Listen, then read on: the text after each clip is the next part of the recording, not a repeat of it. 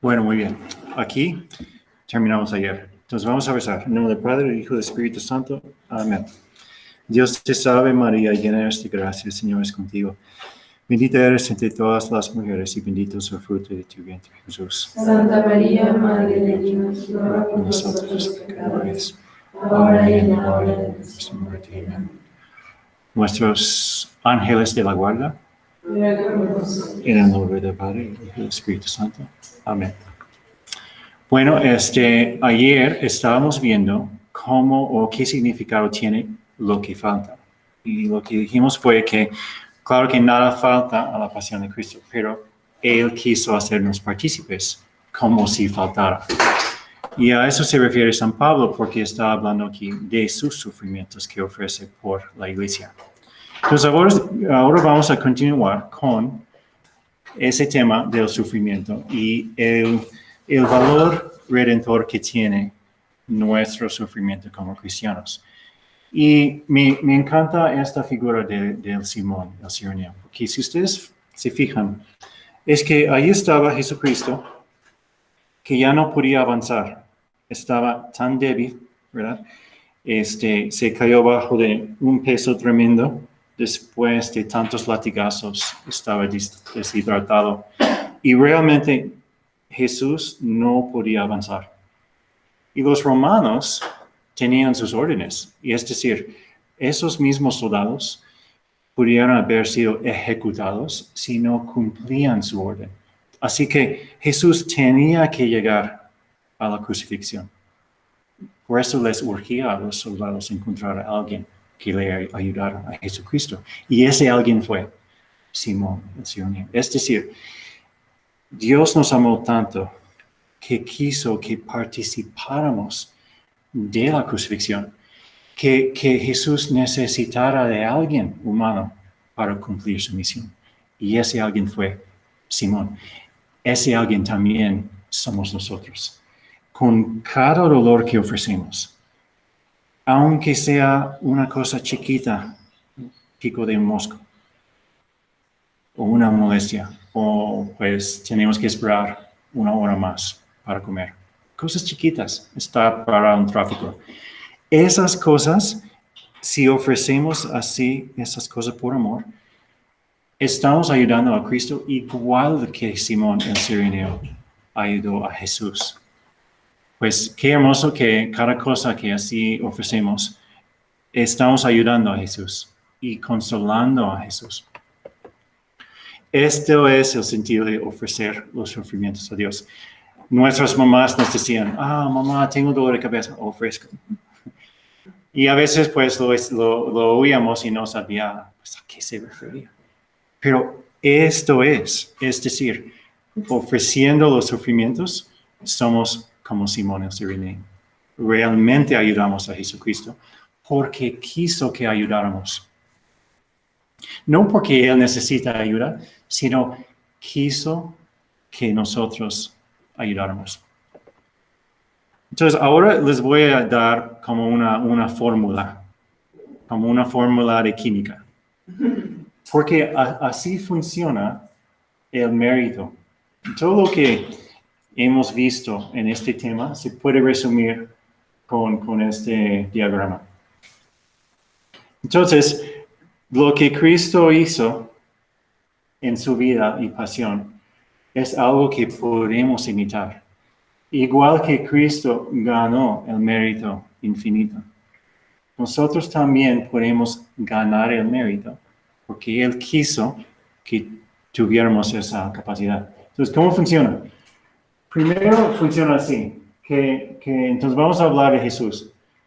Con su amor al Padre, que lo expresó en la obediencia a la misión que Dios Padre le dio, pues llevó al sufrimiento. ¿Por qué? Porque siendo fiel a la verdad y pues incluso criticando a las personas que estaban mal, pues ganó enemigos, es decir, no fue muy popular con todos porque les decía la verdad. Entonces, esa obediencia y fidelidad le llevó a la cruz, porque a fin de cuentas sus enemigos fueron los que lo mataron. Entonces, y en nuestras vidas también, pues si amamos, expresamos ese amor en obediencia. Las consagradas, por ejemplo, pueden decir, pues si sale en el horario y toca labores, pues yo no puedo estar viendo tele si toca labores. La voluntad de Dios para mí es labores o ejercicio o lo que sea, ¿verdad? Pero esa obediencia, que es expresión de amor, nos cuesta, trae consigo consecuencias. Si estamos cansados, pues no queremos hacer labores, pero es el sufrimiento. Entonces, es como la primera parte de la fórmula. Pero la segunda parte también tiene que ver con nuestras vidas, igual que con la vida de Cristo. Porque en la pasión vemos que Él aceptó todo, sin quejar, ¿verdad? O sin defenderse. Ahí estaba aceptando todos los sufrimientos que le venían, aunque tenía la capacidad de escapar, o de matar a los soldados, o silenciar a sus críticos. Tenía todo ese poder, pero no, aceptó el sufrimiento por obediencia. Pero fíjense bien, no es igual a lo que Dios desea, a lo que Dios permite. Son dos cosas distintas. Dios Padre no quiso que sufriera Jesús. ¿Por qué? Porque era papá bueno. Pero sí permitió que sufriera Jesús. Entonces, esa obediencia a lo que Dios permite, nosotros imitamos cuando aceptamos los dolores que Dios nos manda. Porque, por ejemplo, tienes dolor de cabeza, allí tienes dos opciones. Por un lado, puedes quejar. Me duele, es humano, es natural. Pero por otro lado, puedes ponerte una sonrisa, nadie se entera que tienes dolor de cabeza y ofreces todo en silencio a Jesús. Todos tenemos siempre esas dos opciones. Y si escogimos la segunda opción, somos obedientes a esa voluntad permisiva de Dios. La voluntad de Dios en que nos permite sufrir. Y esa obediencia se convierte en amor, que tiene un valor infinito porque es la misma pasión de Cristo. Cada dolor que ofrecemos, somos partícipes de la pasión redentora de Jesús. Y qué hermoso este Padre, este Dios, que no nos quiere solo así, pasivamente, sí, ok, yo te salvo. No, nos quiere tanto que yo te salvo y te ayudo también a salvarte a ti mismo, participando de mi cruz. Eso es más padre aún. Más padre aún. Es como si un niño chiquito se da cuenta que sus papás tienen problemas económicos, ¿verdad? Pero ese niño tiene ahorrados sus mesadas semanales, ¿verdad? Y puede decir, mamá, papá, sé que tienen un momento duro. Tengo estos $100. Te los doy, ¿verdad? Qué hermoso. Aunque los papás saben que ese mismo dinero vino de ellos. Pero así nosotros, ¿verdad? Recibimos todo de Dios, pero también podemos dar eso a Dios. Y así tiene sentido todo dolor que sufrimos ofreciéndolo a Jesús. Cristo nos permite participar en sus dolores para que podamos participar de sus méritos. Dios se hizo humano para que los humanos se hicieran divinos. Mezcla de naturalezas. Igual, Cristo nos permite participar en sus dolores para que podamos participar de sus méritos. Qué hermoso. Es la verdad que vivimos como cristianos.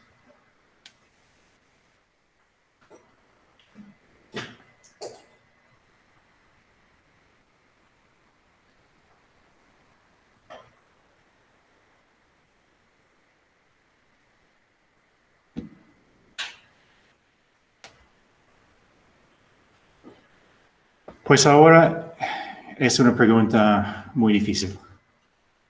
¿Cómo hacemos sentido del sufrimiento de los inocentes?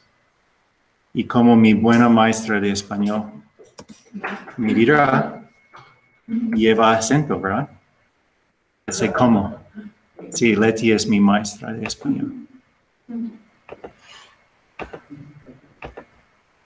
Que me enseñó una cosa nueva hoy, que no se necesita ese acento con el solo. ¿Verdad, Leti? Era una regla antigua. ¿Sí? Sí, y esta pregunta es muy difícil porque pues nos parte el corazón ver a un niño chiquito sufrir. Nos parte el corazón. Yo creo que es lo más duro que hay. Y es una pregunta que a fin de cuentas no tiene solo una respuesta, sino que tiene varias respuestas. Primera es que los que murieron ya gozan de la presencia de Dios.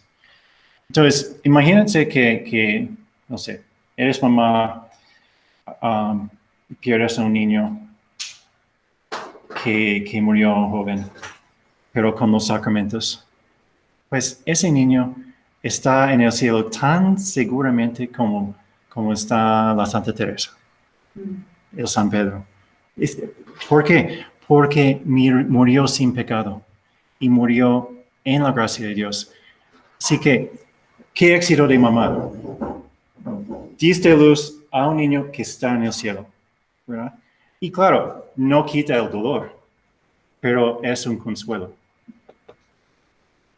También tenemos que recordar que Dios, que sabe todo, a lo mejor sí los salvó de algo peor. Y el ejemplo que quiero poner aquí es la Santa Rita. La Santa Rita era mamá antes de consagrarse a Dios. Mamá de 2 hijos.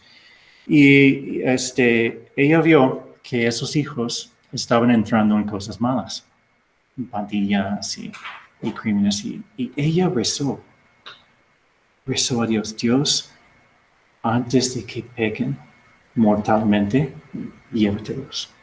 Imagínense una mamá rezando así. Si la muerte es mejor para la salvación de mis hijos, prefiero la muerte. Y murieron.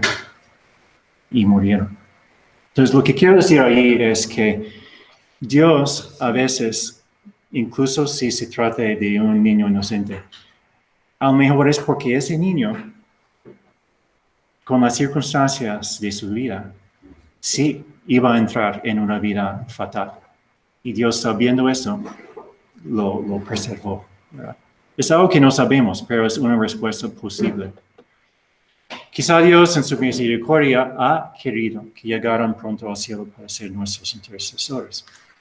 Yo creo que cuando vamos al cielo, vamos a conocer a personas que allí estaban rezando por nosotros y ni nos dábamos cuenta.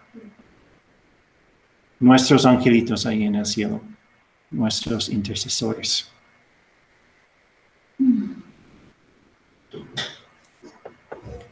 No podemos decir que Dios es cruel simplemente porque no comprendemos el sufrimiento de los inocentes.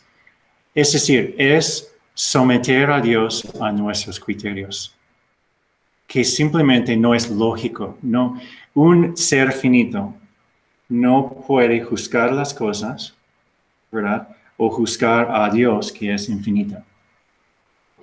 Nosotros vemos solo este segundo, pero Dios ve todo.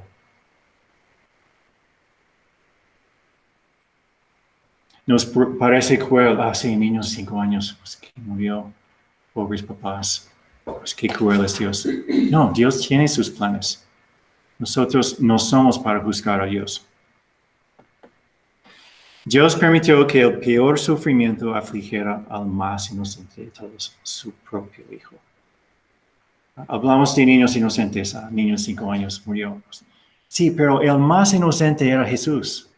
Y ese Jesús inocente sí murió, y murió fatal, de una manera violenta.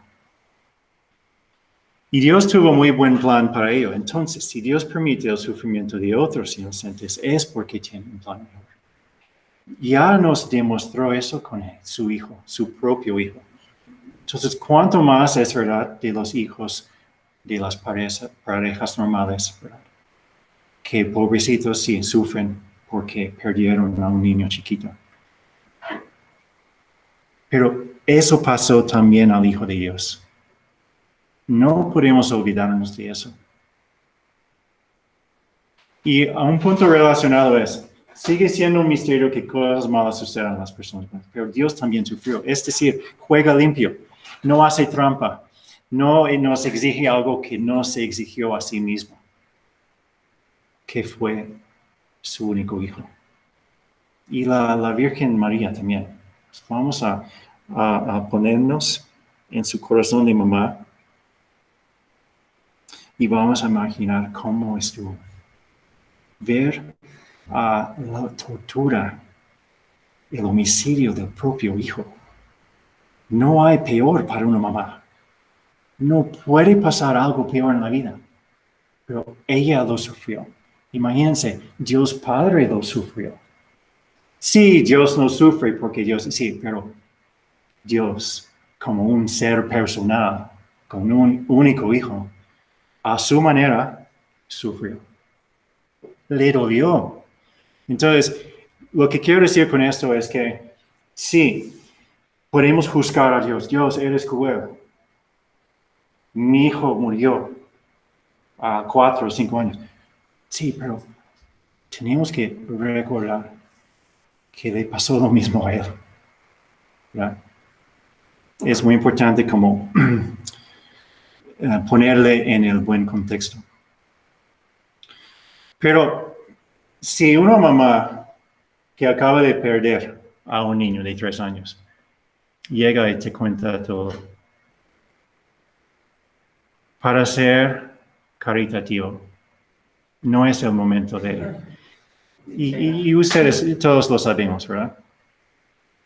A lo mejor esta conversación se puede tener 1, 2, 3 años después. Les doy un ejemplo de mi prima, que hace 4 años perdió a su hijo de 7 años, leucemia. Y claro que en el momento no quería saber nada de esto. Pero hace 2 años, 2019, ya habían pasado 2 años de la tragedia. Y sí, era el momento de decir esas cosas. Y pudimos platicar. En concreto le dije esto. No, ni llegué a estos. Pero ya con esto era como un consuelo. Porque ella pensó, sí, yo soy mamá de un santo. Qué padre, ¿no?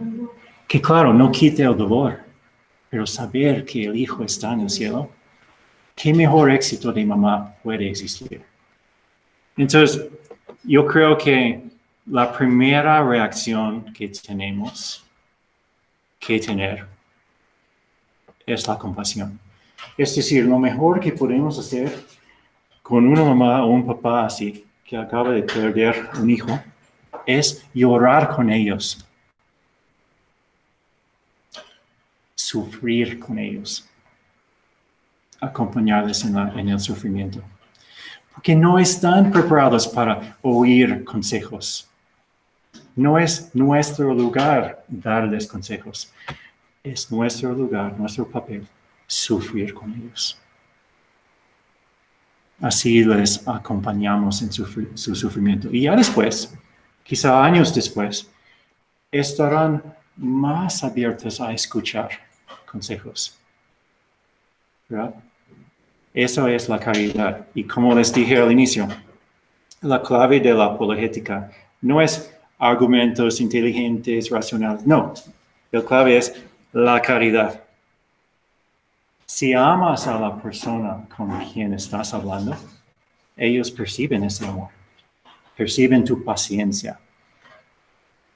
Pero si estás ahí nada más peleando porque quieres ganar la discusión, ellos también perciben eso y se van a cerrar más. Entonces, un resumen, no siempre voy a poner resumen de cada tema, pero este tema es muy importante. Entonces, lo que quiero dejar aquí es como los puntos básicos y que incluso conviene memorizar. ¿Por qué esta pregunta surge tantas veces con la gente? Primero, en el resumen, el mal es una privación, no existe en sí. Yo creo que Teresa preguntó algo semejante. Es decir, Dios no hace el mal, no lo crea. El mal es cuando algo que debería de estar, no está. ¿Por qué el mal de cáncer? Es porque el cuerpo humano que tiene inhibidores naturales de cáncer, pues por algún motivo esos inhibidores no estuvieron allí en la parte afectada. Pues Dios no crea el cáncer. El cáncer es una multiplicación de células en sí buena, pero es que faltaron esos inhibidores. Entonces, el mal siempre es una carencia y no es algo positivo. El mal y el sufrimiento vienen porque las personas tienen el libre albedrío, uno de los mejores bienes. El riesgo inherente de la libertad no llega al consejo superior. Entonces las personas preguntan, entonces si Dios es tan bueno, ¿por qué me hizo libre? Si Dios sabe que voy a pecar y que personas van a pecar, ¿por qué nos hace libres? ¿Por qué nos crea sin libertad? Mejor. Así podemos ser felices. Pero es que con la libertad viene el amor. Sí, viene la posibilidad del odio, eso sí. Pero también viene la posibilidad del amor. Entonces yo comparo este argumento por ejemplo, a los deportes, ¿verdad?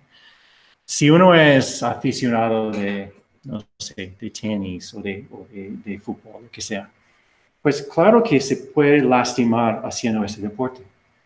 O saliendo a la calle manejando, te puedes chocar, ¿verdad? Pero el hecho de que te puedes chocar quita el valor o el bien de manejar. No, por supuesto que no. El riesgo de que una mamá pueda morir en el parto quita el valor al embarazo. Por supuesto que no. Es decir, el riesgo no quita el valor de la cosa. Entonces, para Dios, el riesgo de la libertad no quita el bien de la libertad. Por eso nos dio la libertad. Sí, Dios corre el riesgo de que lo vayamos a rechazar. Dios puede permitir el mal y el sufrimiento para sacar de ahí un bien mayor a largo plazo. Hemos hablado ya de eso. Pero es muy importante porque Dios en sus planes sabe sacar el bien mayor. A veces lo vimos en nuestra vida y a veces no se ve hasta mucho después. C.S. Lewis dijo, Dios nos deja experimentar los puntos bajos de la vida para enseñarnos lecciones que no podríamos aprender de otro modo.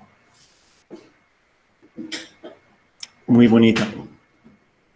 A veces hay lecciones duras en la vida, pero después somos personas mejores.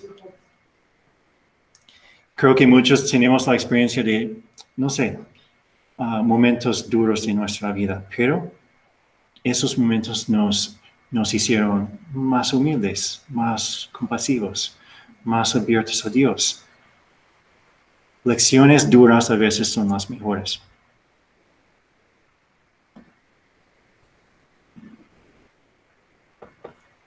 Para el cristiano, el sufrimiento es una consecuencia del pecado original, pero también es redentor y meritorio cuando lo unimos a la pasión de Cristo. Es decir, podemos quejar y ahí pierde todo su valor, pero si lo aceptamos conscientemente, somos partícipes de la pasión de Cristo.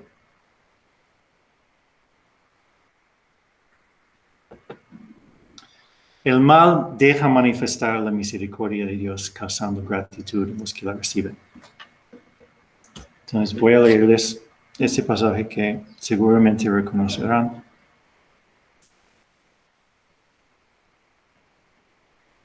De Mateo 18. ¿Qué os parece si un hombre tiene 100 ovejas y una de ellas se ha descarriado? ¿No deja las 99 en los montes y va en busca de la descarriada? Y si sucede que la haya, en verdad os digo que se regocija más por esta que por las 99 que no se han descarriado. Si no es la voluntad de vuestro Padre que está en los cielos, que se pierda uno de estos pequeñitos. Es decir, el hecho de perder a una oveja es algo malo. Pero ese gozo que viene después del hallazgo de esa oveja es más grande. Es decir, si no tuviéramos pecado, pues no experimentaríamos la misericordia de Dios. Ustedes saben el Evangelio, ¿verdad? La mujer, la pecadora que pues lavó los pies de Jesús con sus lágrimas. ¿Por qué? Es que estaban tan agradecida por haber recibido la misericordia. Así es en nuestras vidas. Que sí está el mal, pero el mal nos da la oportunidad de buscar y aceptar la misericordia de Dios, que después es un bien mayor. ¿Por qué? Que nos une más a Dios y nos aumenta nuestro amor a Dios.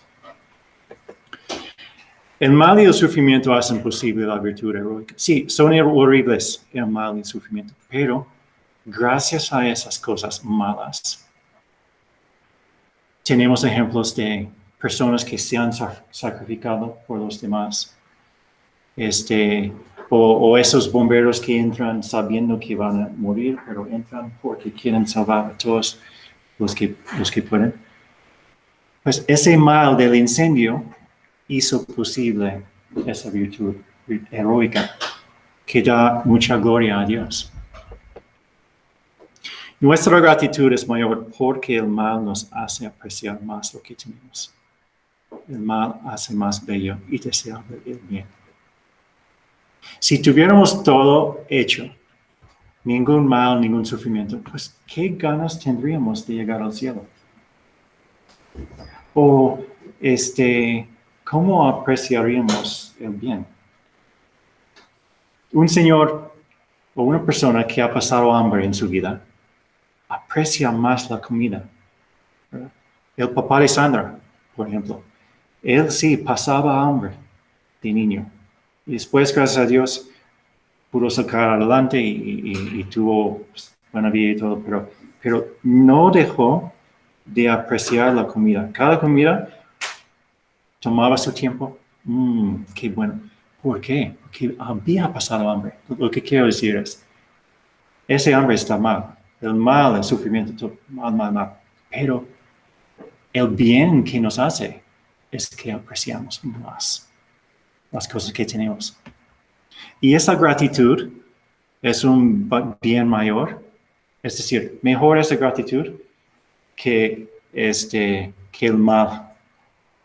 Y lo que nos cuesta el mal y lo que sea o que lo que tenga de mal está como en comparación muy chiquito a la gratitud y ese bien tan grande que sacamos de aquello. Entonces, sí es misterioso. El problema del mal, sufrimiento, sigue siendo misterio. Pero al menos con estas cosas podemos intentar ayudar un poco el misterio. Y así buscamos el consuelo en nuestras vidas y podemos ofrecer ese consuelo a las personas que sufren cuando están listas para escuchar. No, pero es imposible que alguien sin fe le vea el sentido del sufrimiento. ¿Es imposible que qué? Que alguien sin fe le vea el sentido del sufrimiento. Sí, así es. ¿Pueden repetir la pregunta, por favor?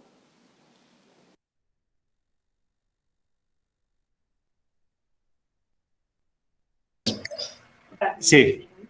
Que alguien sin fe es imposible que vea el sufrimiento. Entonces, lo que dice Jimé es, para alguien sin fe es imposible ver el sentido del sufrimiento. Y hasta cierto punto yo diría que sí. Entonces, lo que quiero decir es que muchos argumentos que hemos puesto aquí son cosas que podemos decir a personas con fe. Que personas con fe luchan mucho con este tema, que ya sabemos, ¿verdad? Pero personas sin fe, claro, lo que dice Jiménez es verdad. Es muy difícil de explicar el sufrimiento con ellos. Pero lo que sí ellos entienden es el primero. Es decir, no tienen fe, pero al menos pueden reconocer que no podemos atribuir el mal a Dios. Y eso sí les queda claro, ¿verdad? Aunque no crean en ese Dios, pueden ver que nosotros no somos tan tontos que podemos creer en un Dios que haga el mal. ¿Me explico? Sí. Pero a fin de cuentas sí me es verdad. Para una persona sin fe es muy difícil de encontrar el significado del dolor. Sí. Bueno, pues como les dije ayer, en la tarde, en la tercera sesión, vamos a tener mucho tiempo para hablar de esto y de otros temas. Pero por ahora quiero seguir con el siguiente tema, que es sobre los evangelios y la resurrección.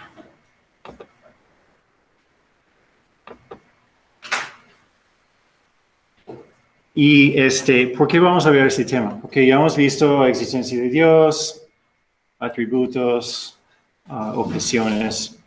Y ahora, pues hasta ahora hemos hablado de cómo podemos llegar a ese Dios. Pero ahora entra la cuestión de cómo sabemos que Jesucristo existió y vive. ¿Cómo sabemos? Y es importante porque somos cristianos y vamos a dialogar con personas de fe que creen en Dios, pero que no creen en Jesús. Entonces, primero, la historicidad de los evangelios. ¿Los evangelios son históricamente confiables? Es la pregunta. Si son unos cuentos bonitos que no tienen nada que ver con la historia, pues ¿qué valor tienen? Tenemos que comprobar que realmente hablan de una historia que sí pasó. Pero es imposible poner como un contexto histórico, porque lo que nosotros llamamos historia realmente no existía hace 200 años. Es decir, para los antiguos, la historia, pues bastaba decir que algo pasó. Los detalles no. Ni eran importantes. Entonces, aplicar los mismos criterios a unos escritos que ya llevan 2000 años, pues no es tan justo, porque estos criterios de la historicidad son relativamente nuevos. Pero aún así, es decir, aunque los evangelios fueron escritos antes de que existieran estas pruebas, podemos someter los evangelios a estas pruebas y vamos a ver que las pasan todas. Y ahora vienen las 5 pruebas. Estas pruebas vienen de la historia como ciencia, una ciencia relativamente reciente. Y si por ejemplo, vamos a ver una fuente escrita por alguien de una guerra, unas batallas. Tenemos que examinar esa fuente según estos criterios. Primero, ¿contienen testimonio de testigos presenciales? Si la respuesta es que sí, bien. Si es que no, vamos a dudar mucho de esa fuente. Segundo, ¿fueron escritos dentro de la memoria viva de los eventos escritos, sujetos así a la crítica de los contemporáneos? Si decimos que sí, bien. Si no, no sé si es histórico.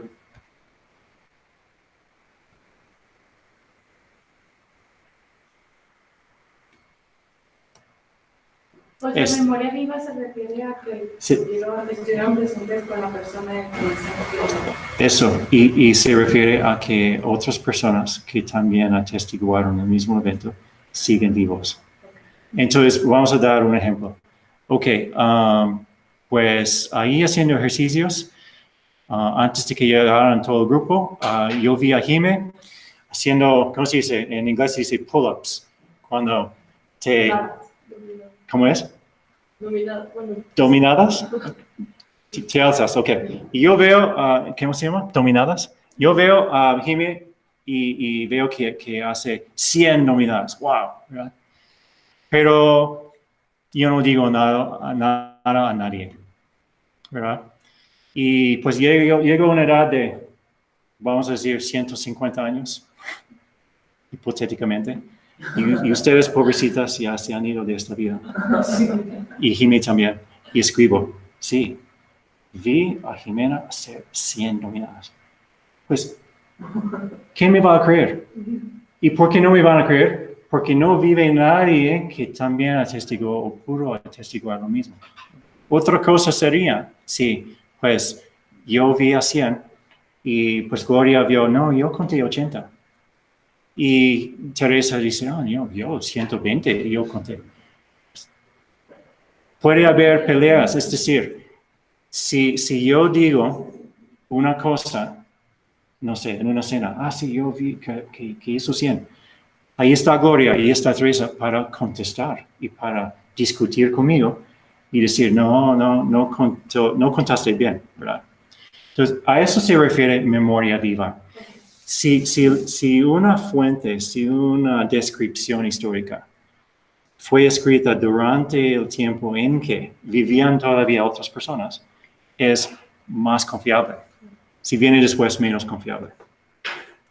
Tercer criterio, son fabulosos, legendarios o míticos. Es decir, si están escritos con ese estilo de fábula, pues no vamos a creer que realmente pasó, ¿verdad? Y ya sabemos, hay muchas fábulas que aprendimos de niño y sabemos que no son históricas por el estilo en que están escritos. Entonces tenemos que preguntar, ¿esta fuente o este escrito está así o es más bien factual? Cumplen los criterios de la vergüenza y de lo inspirado. Voy a explicar esto un poco más adelante, pero si relatan eventos que pueden dar vergüenza a los autores, es más confiable que una fuente que cubre o oculta todo lo que puede causar vergüenza a los autores. O sea, si lo oculta, hay dudas. ¿Okay? Sí, exacto. Por ejemplo, lo que escribió Julio César de sus guerras contra los gálicos. En esos relatos, que decimos históricos, nunca sale ningún error que hizo Julio César, ni ningún defecto que tiene, ni ninguna cosa vergonzosa que hizo. No, nada. ¿Por qué? Porque él mismo lo escribió, ¿verdad?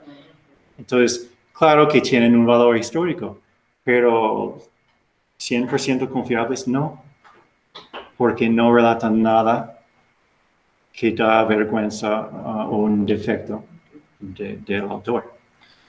5, son es difícil decir, corroborados por múltiples fuentes independientes. Es decir, si yo digo, sí, yo vi a Jimena hacer 100 dominadas y luego unos días después Gloria dice lo mismo y Teresa dice lo mismo y todos están de acuerdo, tiene mucho más valor que si yo digo 100, ella 80 y ella 120. ¿Me explico? Si otras fuentes que no están como escritos por los mismos autores están de acuerdo, tiene más valor histórico, que también es sentido común. Entonces ahora vamos a ver cómo los evangelios cumplen estos criterios. Primero, testimonio de testigos presenciales, la primera de las 5. Sabemos que Mateo y Juan fueron apóstoles. Marcos y Lucas cuidadosamente recolectaron el testimonio de personas que vivieron con Jesús. Entonces Lucas, que vivió varios años en presencia de María, que la entrevistaba, por eso solo en el Evangelio de Lucas podemos conocer cosas de María, porque es el único de los 4 que nos dice de la anunciación y de la visitación. ¿Verdad? O Marcos, que vivía con San Pedro, que era su seguidor. Es decir, o contienen testimonios directos de testigos presenciales, o indirectos, pero por personas que entrevistaron a esos testigos. Juan explícitamente se dice testigo para afirmar su credibilidad. Entonces voy a leer aquí del primero, Juan 19.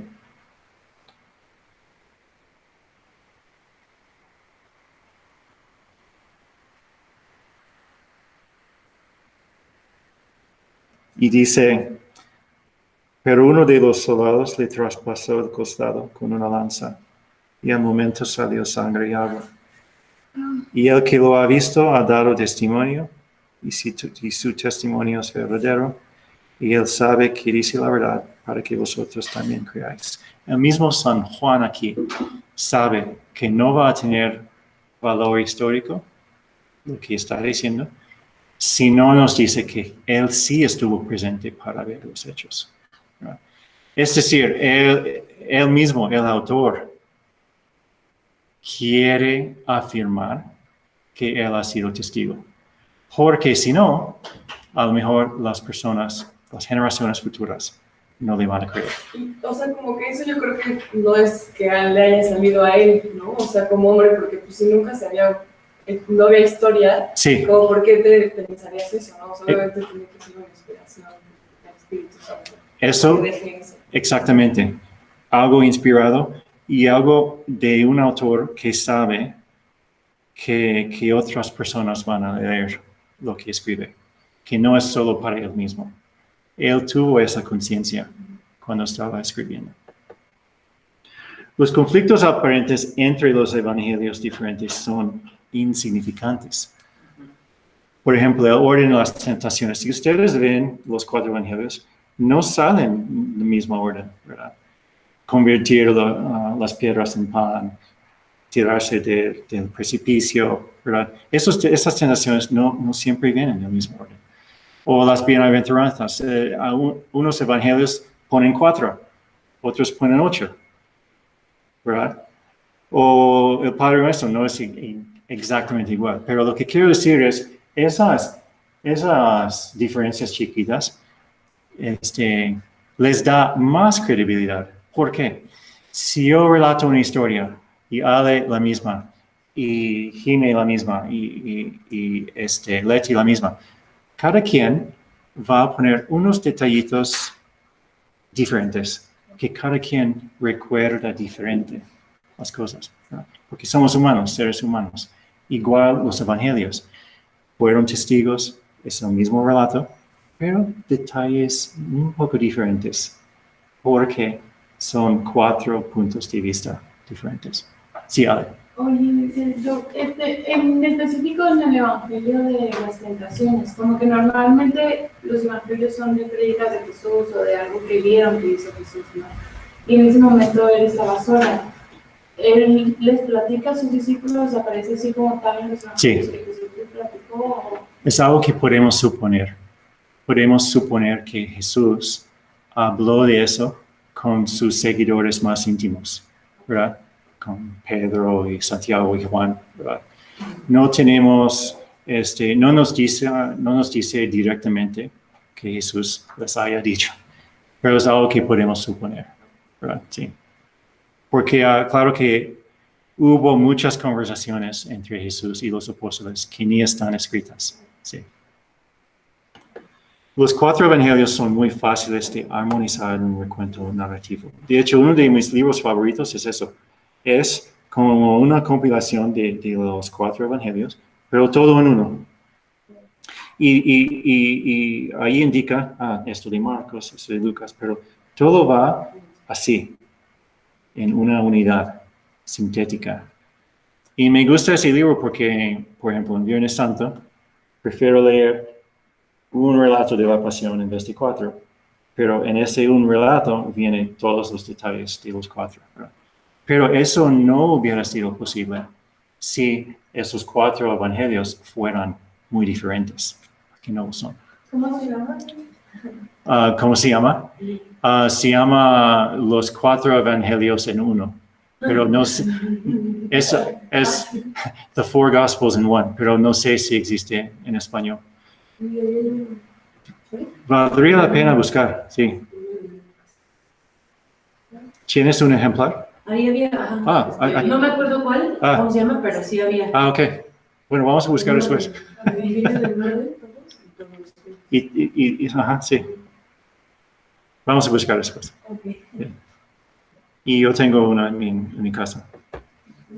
Segundo criterio, año de composición. Si un texto fue escrito dentro de la memoria viva de los eventos escritos, puede ser discutido o criticado por otros testigos que recuerdan los mismos eventos. Entonces, ¿esto es verdad o no de los evangelios? Pues sí es verdad. ¿Por qué? Los evangelios fueron escritos en este orden. Primero Marcos, después Lucas, Mateo y último Juan, ¿verdad?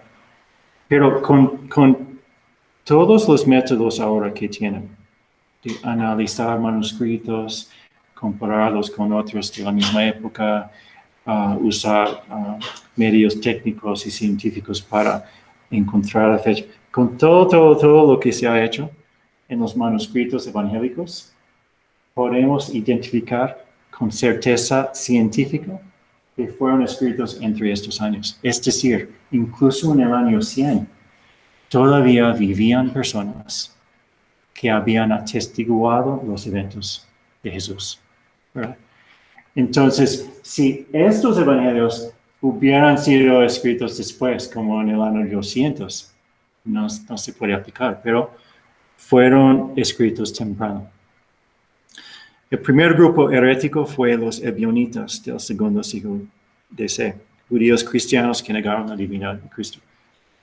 El significado de esto es que antes del segundo siglo no había grupos heréticos. ¿Por qué? Porque todavía vivían personas que conocían a Jesús. Pero en el segundo siglo ya habían muerto todas esas personas y podía surgir herejías. Y así fue.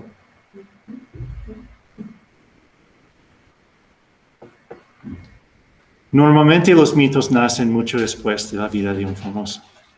Por ejemplo, San Patricio, muchos dicen, sí, usó el trébol como imagen de la Santísima Trinidad. Pero dijeron eso como 300 años después de la vida de San Patricio. A lo mejor sí, a lo mejor no, pero fue una leyenda o un mito que surgió mucho después de su vida.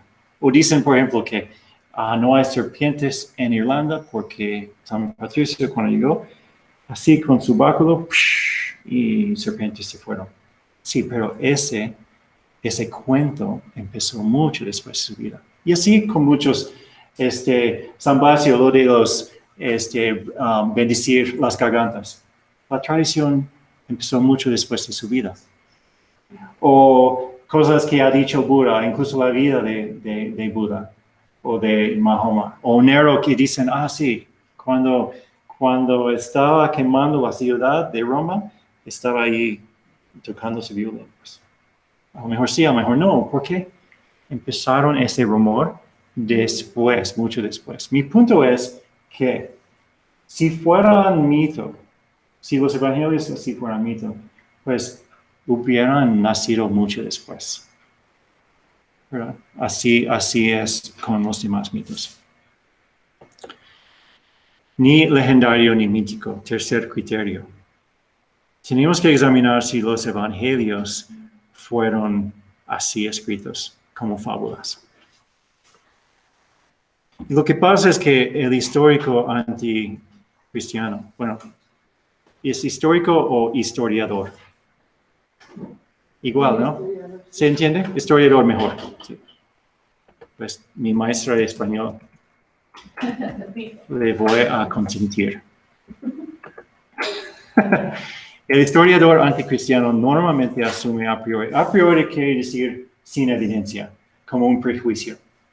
Que todo evento inexplicable es mítico. Pues vivimos en un mundo así. Todo lo que es sobrenatural, dicen, no es cierto. ¿Verdad? Un mundo muy escéptico. Tanto así que Jefferson Bible, y pongo en inglés porque no existe en otro idioma, pero lo que hizo Thomas Jefferson fue, tomó la Biblia y literalmente sacó y tachó milagros, Eucaristía, todo lo que parecía sobrenatural, tachado.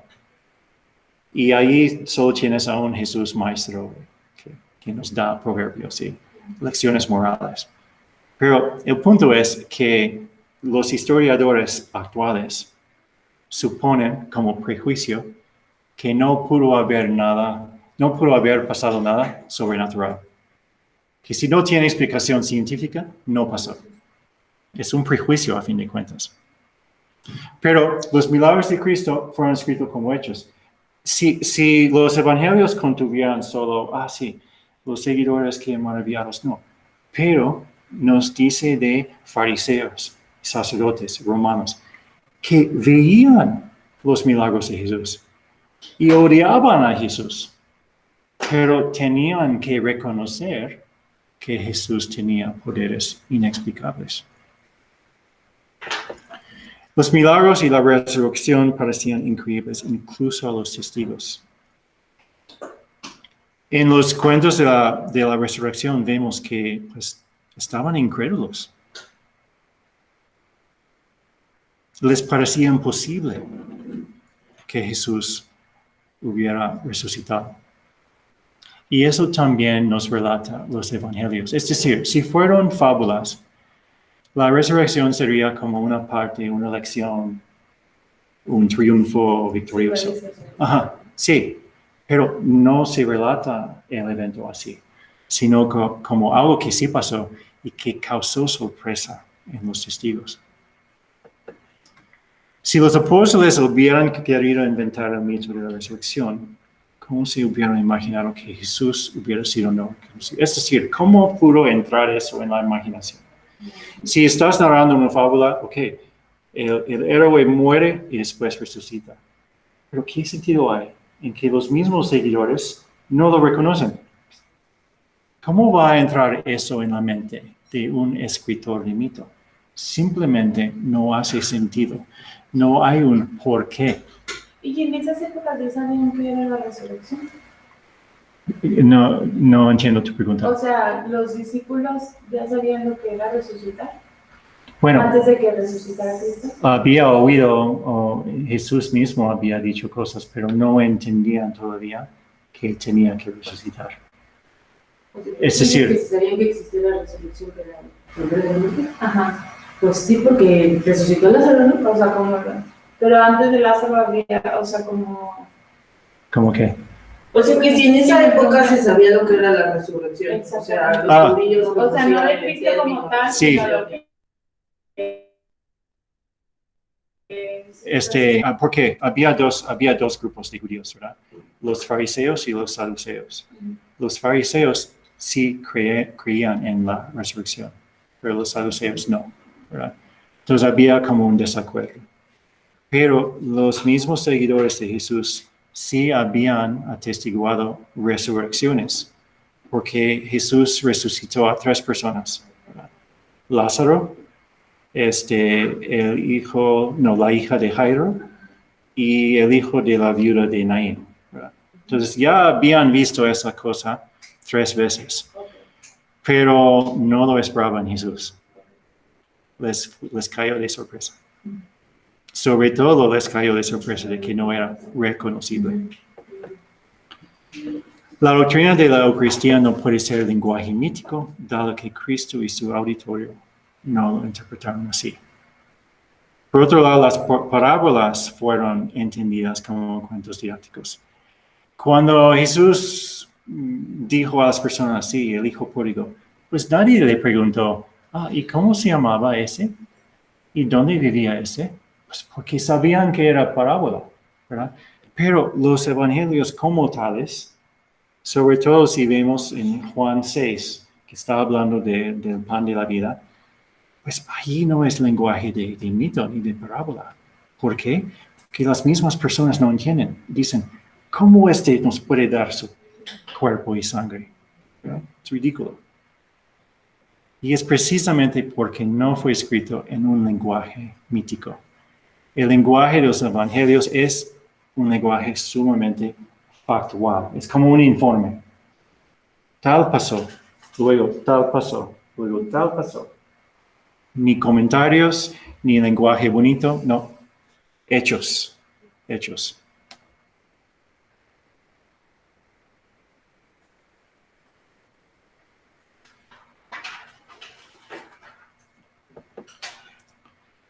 La vergüenza y lo inesperado. Solo al final del anterior, Sí, eso de que fueron entendidos como cuentos didácticos, las parábolas se refiere a los mismos que escuchaban las parábolas. exactamente. Y los que las narran como cuentos.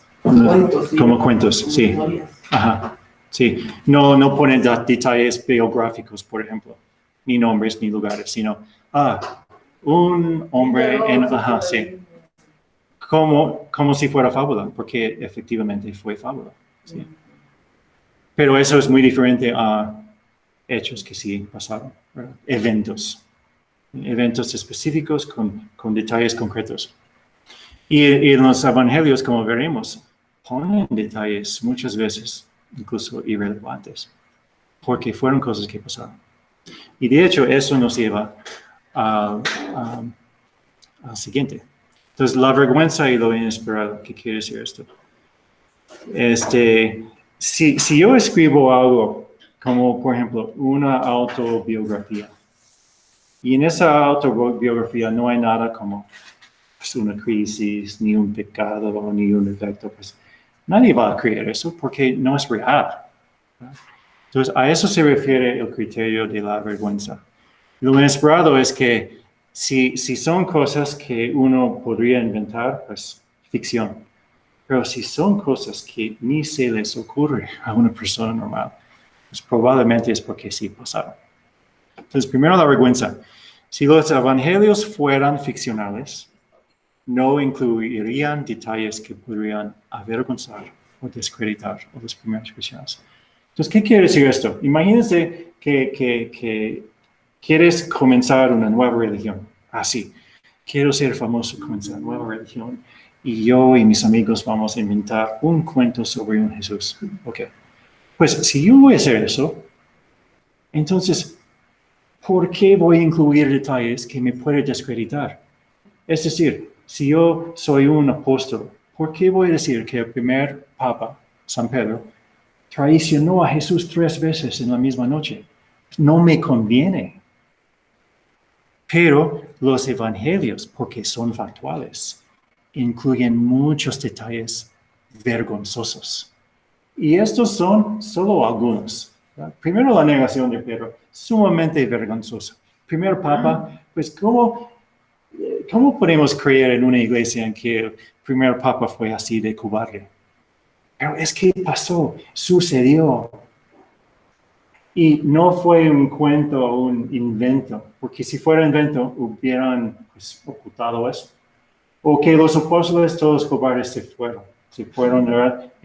Viernes Santo, ninguno estaba a pie de la cruz, sino Juan y María. El bautismo de Cristo, ¿por qué vergonzoso? Porque ese bautismo fue un bautismo de arrepentimiento. Entonces, si yo soy fundador de nueva religión, ¿por qué voy a decir que mi fundador, Cristo, necesitó un bautismo de arrepentimiento? No hace sentido. Si soy inventor de mito. Pero sí hace sentido si realmente sucedió. El plan de José para divorciarme es vergonzoso, ¿verdad? María estuvo con alguien que quería divorciarla. Suena mal.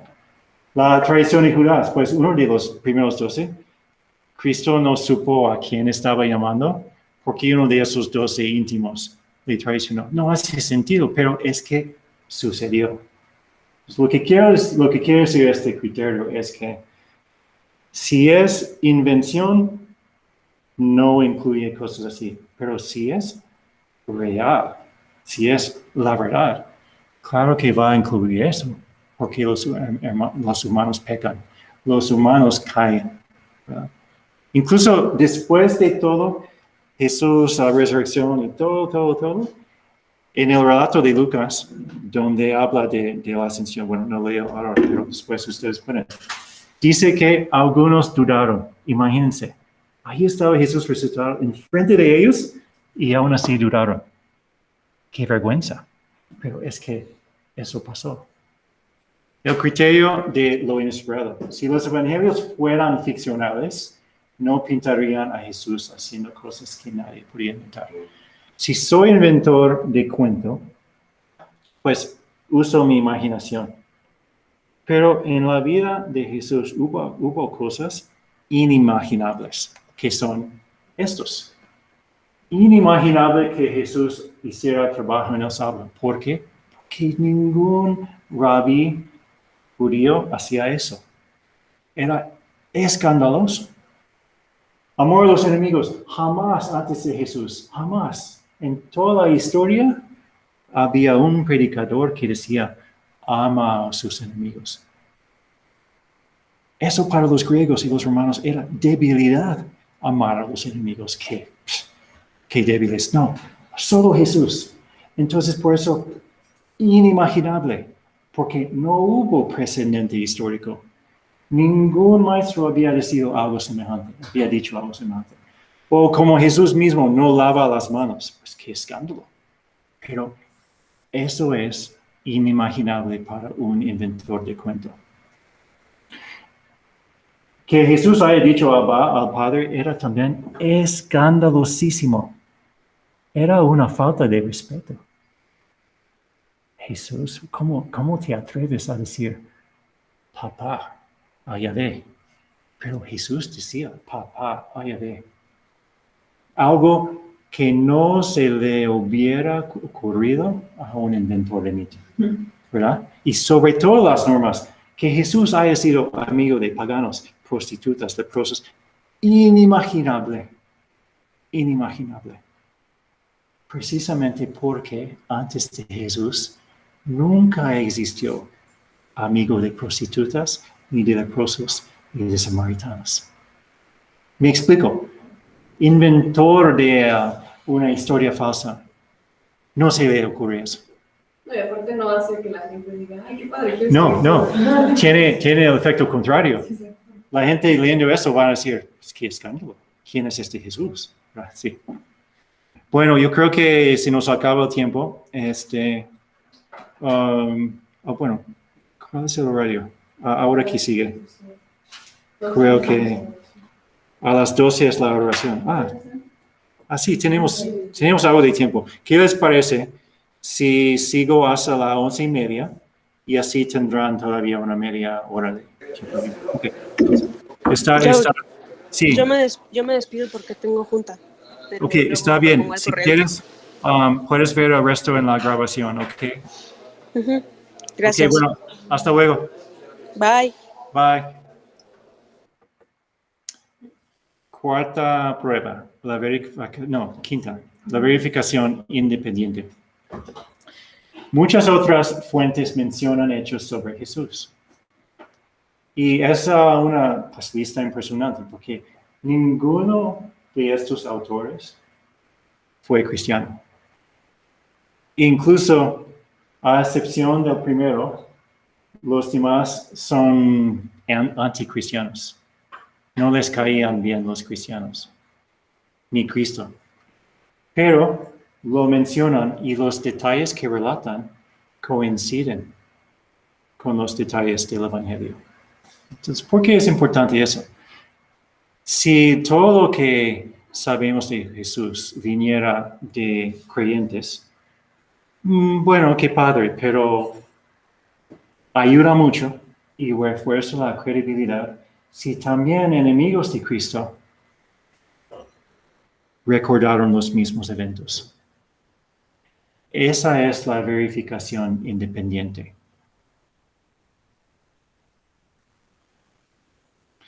Si yo soy el único que dice, sí, yo vi a Jimena hacer 100 dominadas. Ok, a lo mejor sí, a lo mejor no. Pero yo, Gloria y Teresa, tenemos los tres. La misma versión y el mismo número, tiene mucho más peso lo que decimos. Igual aquí.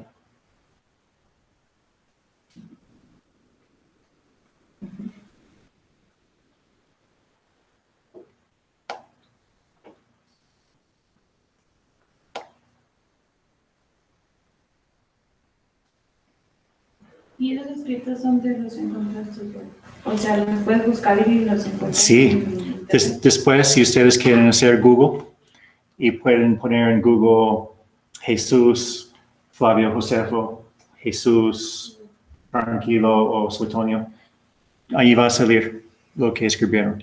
Y no es que hayan escrito muchísimo, pero el hecho de mencionar y también mencionar que vivió Jesús durante los tiempos de Poncio Pilato, pues eso ya es mucho. ¿Sí?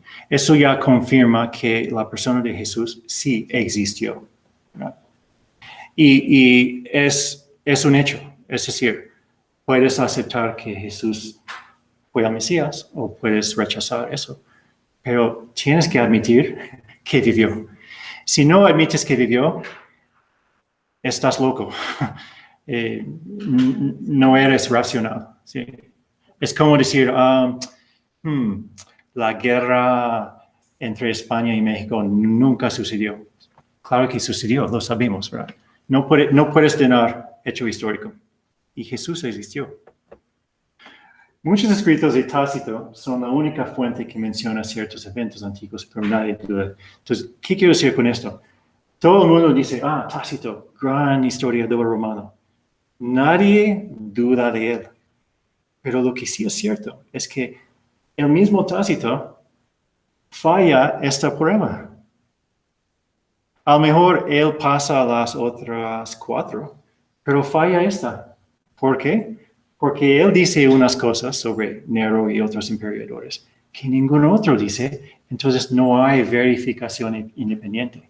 Lo cual quiere decir que los evangelios son más históricos que muchas cosas que llamamos historia.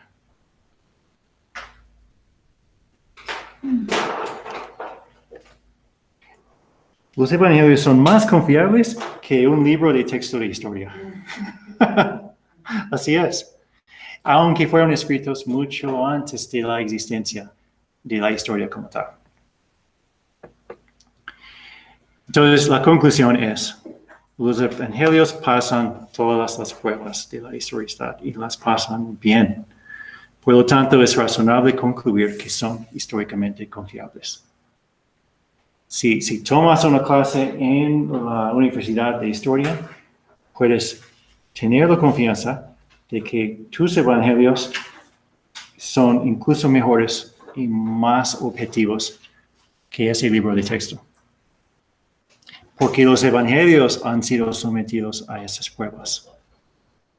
Y muchas veces otras fuentes no pasan todas las 5, pasan 4.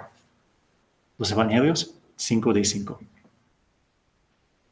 Es algo que no a lo mejor quieren admitir los medios de comunicación, ni Hollywood, ni esas cosas, porque no les conviene.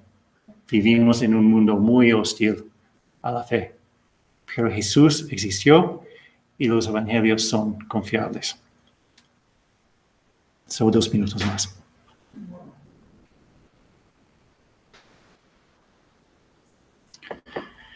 Conclusiones. Con certeza objetiva en que es irracional negar estas cosas, la historia evangélica y secular nos informa que. Entonces, ahora lo que siguen son hechos. Jesús fue un maestro religioso que vivió en Palestina, buscó la purificación. Eso es hecho, innegable. Negar este hecho es deshonestidad intelectual. Y es una tontería. No depende de la fe este hecho. No depende de la fe este hecho. Lo siguió un grupo de discípulos, la mayoría de Galilea. Hecho. Verdad. Indiscutible. Las muchedumbres lo veían como un hacedor de maravillas y algunos lo... Ok, a lo mejor vas a decir, yo no sé qué. Si hizo maravillas. Ok. No sabes si lo hizo, pero tienes que admitir que había personas que decían que él hacía maravillas. Hecho innegable. Su influjo creciente levantó la oposición amarga de los sacerdotes y los fariseos, lo cual resultó en su crucifixión. también hecho innegable, confirmado por otros historiadores.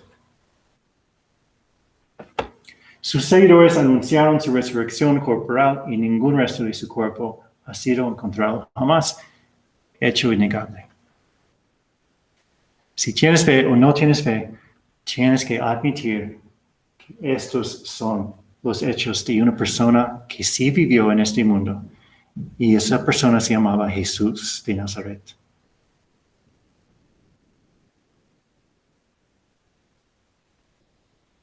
Entonces, ¿dónde entra la fe? Hasta aquí no entra la fe. Entra la fe con la afirmación que Jesús fue el Hijo encarnado de Dios y el Salvador de los hombres. Este es un paso que podemos dar porque tenemos el don sobrenatural de la fe. En cada segundo Dios nos está dando la fe. No la tenemos porque queremos, no. La tenemos porque Dios nos da esa fe. Pero esta fe, don de Dios, está basada en la razón. Ahí está el punto clave. El punto de la apologética es, nuestra fe es razonable. Nuestra fe es razonable. Una fe basada en hechos, en la razón, que hace sentido. Sigue siendo fe, pero es una fe razonable.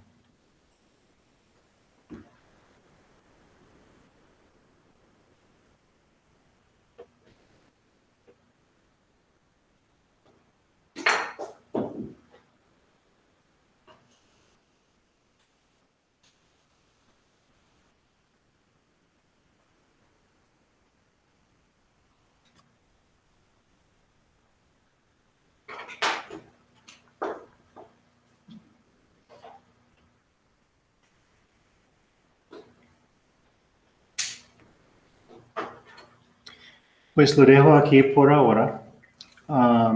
En la tarde, primera sesión, vamos a ver la resurrección y el siguiente tema. Y ya en la tercera sesión, preguntas.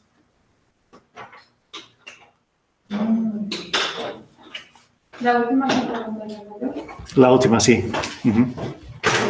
Y comentarios y todo lo que quieran. Sí.